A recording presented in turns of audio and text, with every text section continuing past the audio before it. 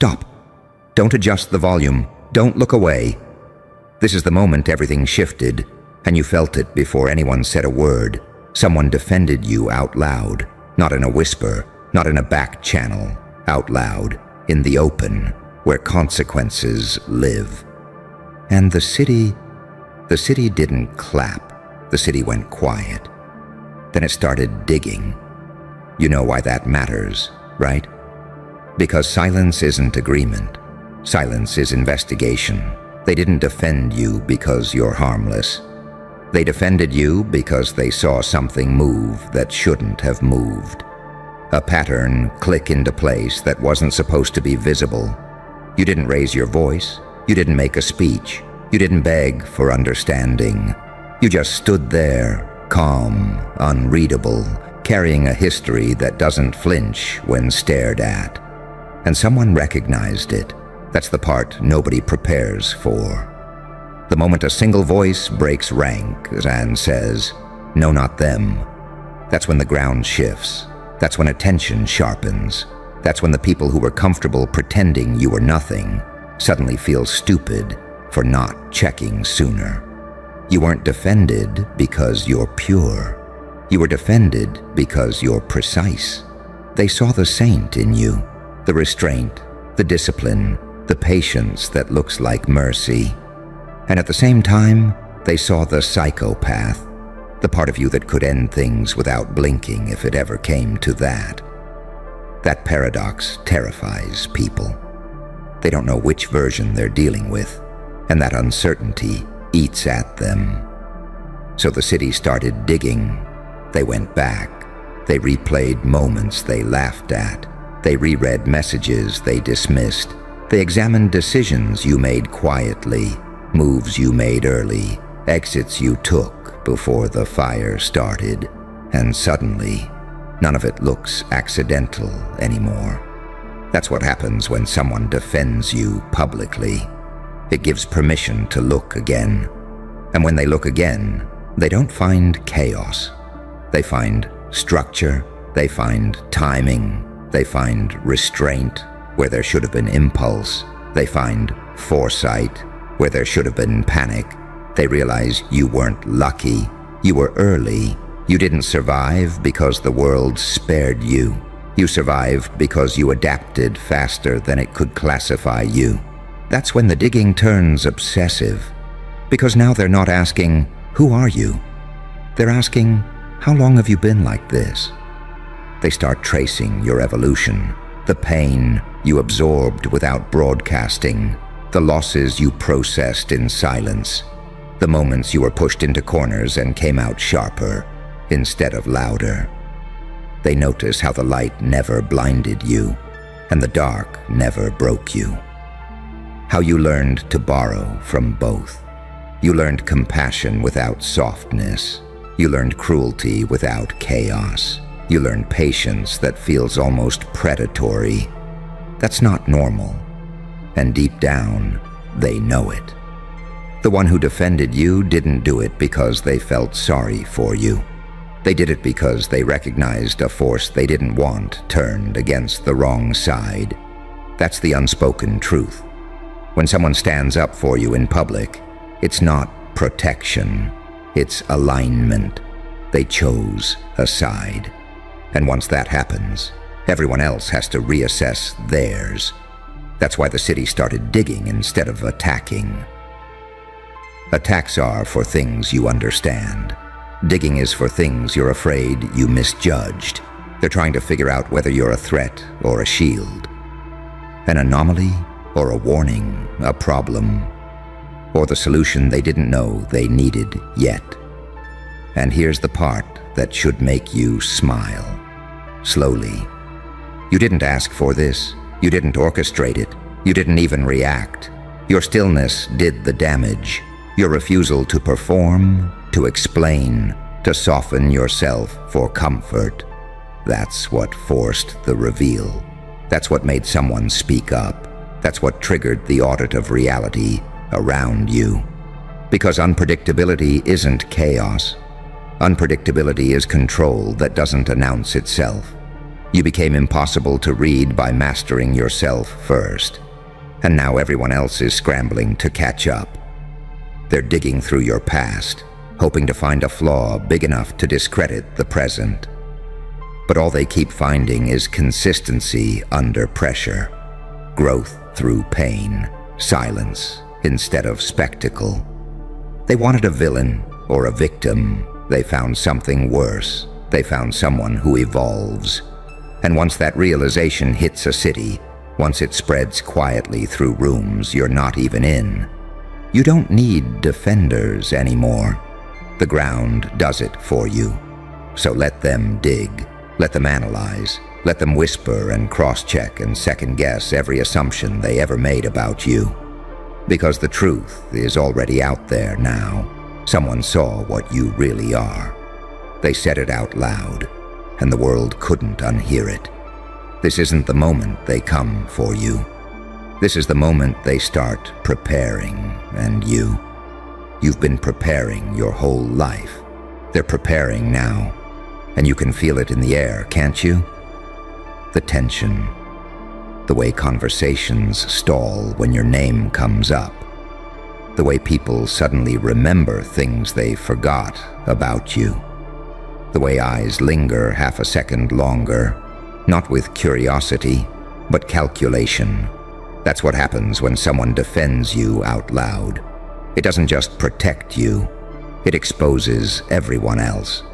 Because now the question isn't, is this person dangerous? The question is, what side are we on if they are? You see, the city doesn't dig because it's brave. The city digs because it's scared of being late. They don't want to be the last ones to realize you weren't drifting, you were navigating, that every step that looked random was actually adaptive, that every pause they mistook for weakness was you measuring the room, reading the tempo, deciding whether it was even worth your energy.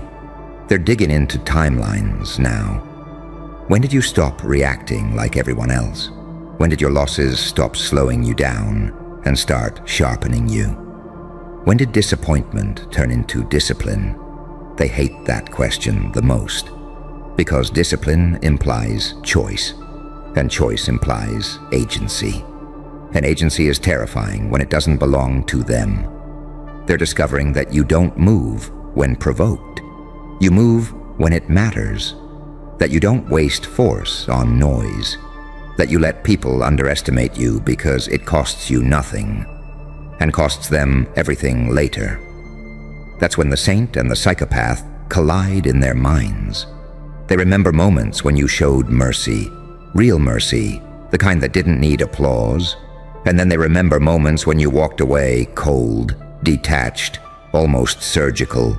No rage, no chaos, just absence. That absence did more damage than violence ever could, because violence is emotional. Absence is deliberate. They're starting to understand that you don't need to dominate rooms. You let rooms expose themselves. You don't rush outcomes. You let people trap themselves in their own assumptions. And someone sharp enough, experienced enough, saw it. They saw the pattern and realized defending you wasn't an act of loyalty. It was an act of self-preservation, because people like you don't forget who stood where when the truth surfaced.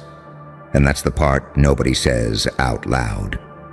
When the city digs, it's not just looking for dirt on you. It's looking for leverage on itself. They're asking, did we ignore this person when we shouldn't have? Did we push them when we should have listened? Did we mistake silence for submission? Those questions don't sleep well at night. They replay interactions with you and realize you were always one step ahead, not arrogant, not loud, just aware. You saw the board while everyone else was still arguing over pieces. You adapted without announcing the adaptation. You learned without bragging.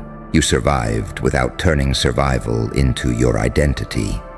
That's evolution through pain. That's power refined instead of raw. and now the city feels stupid for not noticing sooner. That's why the digging gets frantic, because the more they look, the more they realize there was no sudden transformation, no switch flipped overnight. You didn't snap, you didn't change. You became, gradually, quietly, inevitably. They realized the darkness didn't corrupt you, it educated you. And the light didn't save you, it trained you. You learned when to be gentle and when to be gone, when to speak and when silence would do more damage than words, when to let things burn and when to step aside and let the fire reveal who was standing where. And now they're measuring their own reflections against yours. That's why the atmosphere feels heavy. That's why people hesitate before challenging you now. That's why authority figures suddenly sound polite. Because once someone defends you publicly, the myth collapses. You're no longer a rumor. You're no longer probably harmless. You become acknowledged, and acknowledgement changes behavior. They don't know whether to fear you or recruit you. They don't know whether to distance themselves or draw closer. They don't know if you're a warning sign or the future showing up early. And that uncertainty is eating them alive. You're watching it happen without interfering, without feeding it, without correcting the record. Because you understand something they don't yet. Power doesn't need clarification. Let them dig until their fingers bleed. Let them audit every moment you stayed calm while others panicked. Every time you didn't retaliate when retaliation would have been easy. Every time you chose restraint, not because you were afraid, but because you were precise. Eventually, they'll hit bedrock. And when they do, they'll realize the same thing that person realized when they defended you out loud. You're not dangerous because you're aggressive. You're dangerous because you're controlled. And the city? The city is just now realizing what it woke up. And when a city wakes up to something it can't put back to sleep, the first instinct isn't attack. It's hesitation. You're feeling it now. The half steps, the delayed responses, the way people suddenly choose their words like they're walking across thin ice. They don't know what you heard. They don't know what you remember. They don't know how much of the map you already memorized while they were still arguing about the legend. That's the curse of being defended out loud. It turns the spotlight backward. Now every person who ever dismissed you is re-examining themselves. Every authority that overlooked you is wondering whether that oversight was luck or a mistake that's about to compound. Every opportunist who thought you were easy prey is quietly recalculating the risk. Because the digging hasn't stopped. It's gone deeper. They're pulling records that were never meant to be cross-referenced. Conversations that weren't supposed to connect are suddenly sitting side by side. They're realizing you were present at moments that mattered and absent at moments that imploded.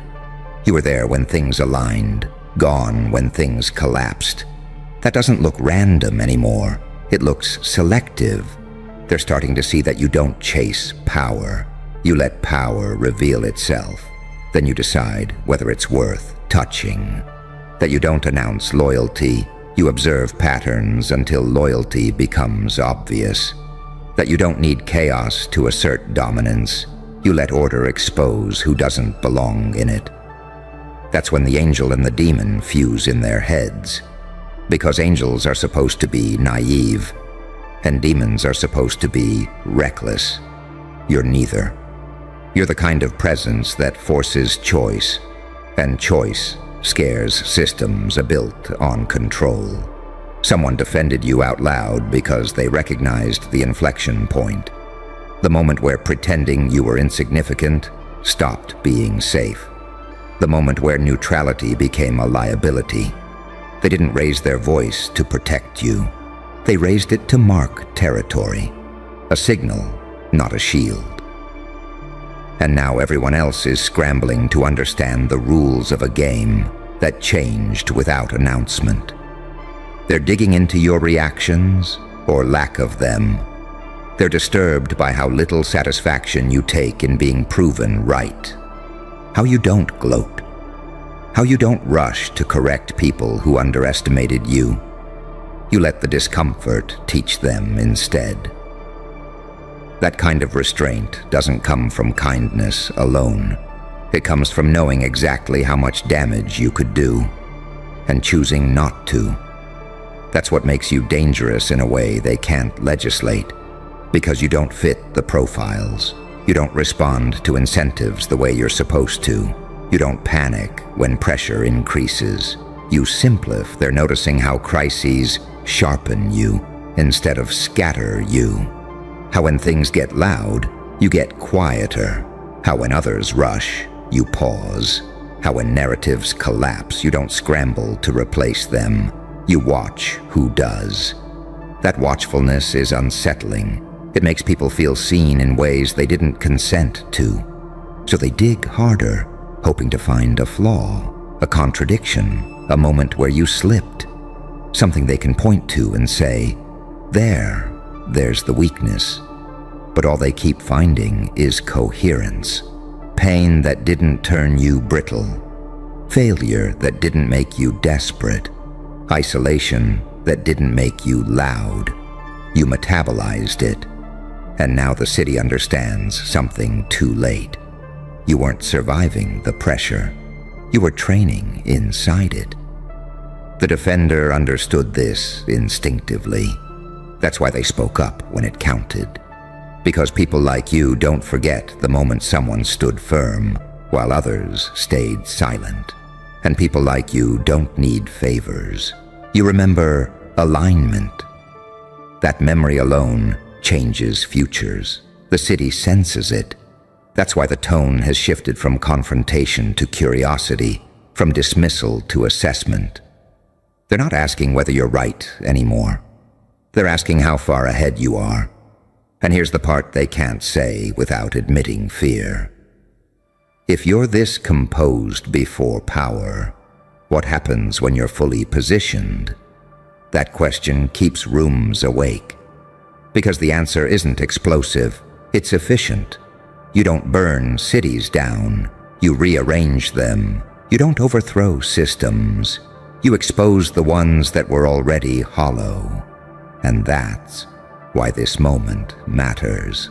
Not because someone defended you, but because the world reacted. The digging, the silence, the recalibration, the subtle shift in gravity around your name. That's recognition.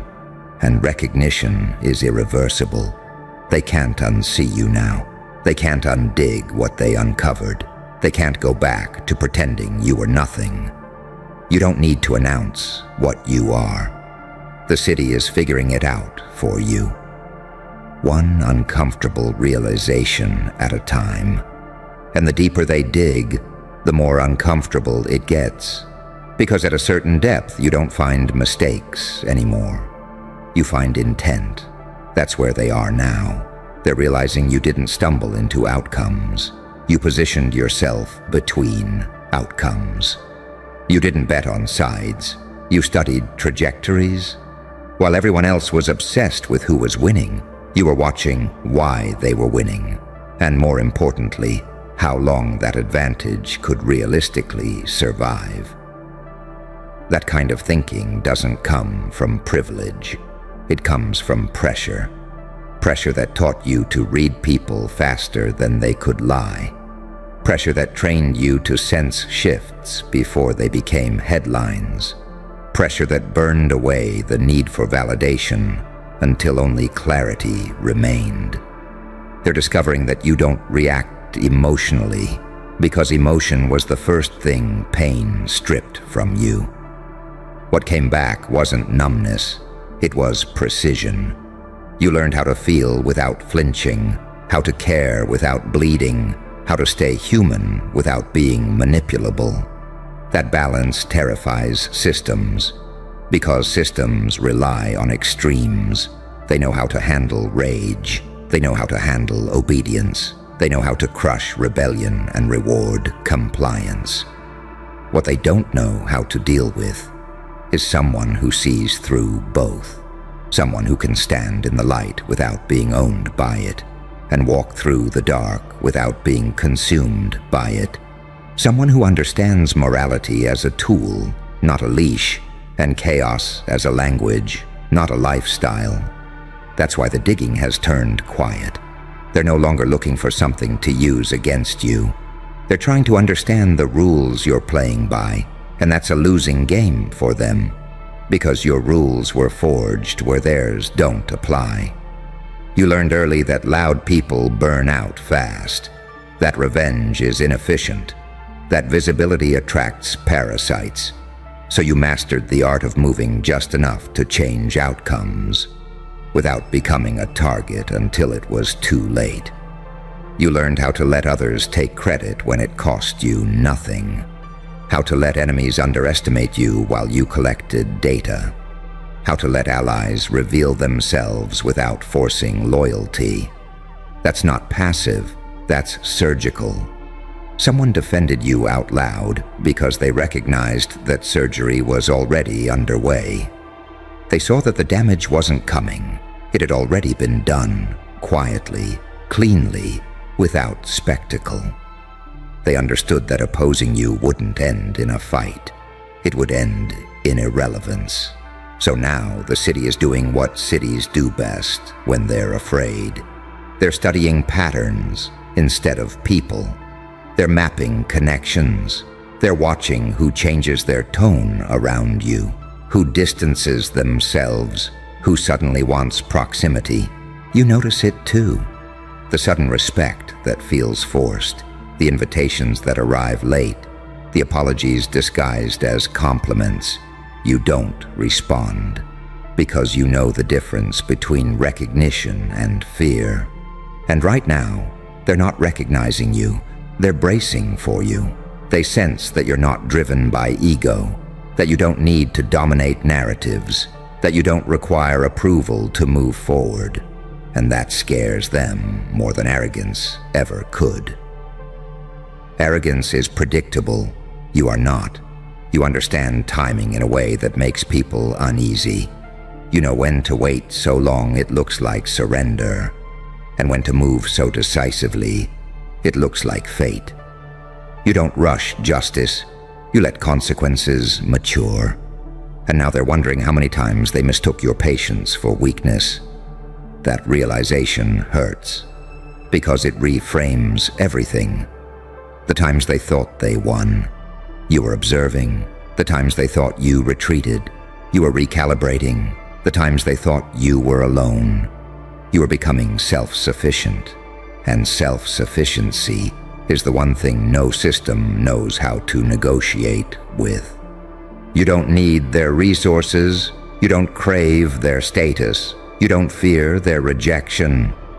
You've already lived without everything they use to control people. That's why someone defending you out loud changed the temperature. It confirmed what many suspected but didn't want to say, that you're not a phase, you're not a fluke, you're not something that fades if ignored. You're structural, and structures don't disappear when mocked. They disappear only when replaced. The city is starting to understand that you don't need to tear anything down. You just stand there long enough for weaknesses to reveal themselves. You let arrogance overextend. You let corruption speak. You let hypocrisy contradict itself. And when the collapse happens, they'll swear it was sudden. You'll know it wasn't, because you've always moved like this, quietly, deliberately, without witnesses until witnesses were unavoidable. So let them keep digging. Let them exhaust themselves, trying to explain you using frameworks you outgrew years ago. Let them argue about whether you're dangerous or necessary, blessing or threat, anomaly or inevitability. You don't need their conclusion. The fact that they're debating it at all means you've already crossed the line they can't uncross. Someone defended you out loud. And the city started digging, because deep down, they know. Whatever you are, you didn't arrive by accident, and you're not leaving quietly.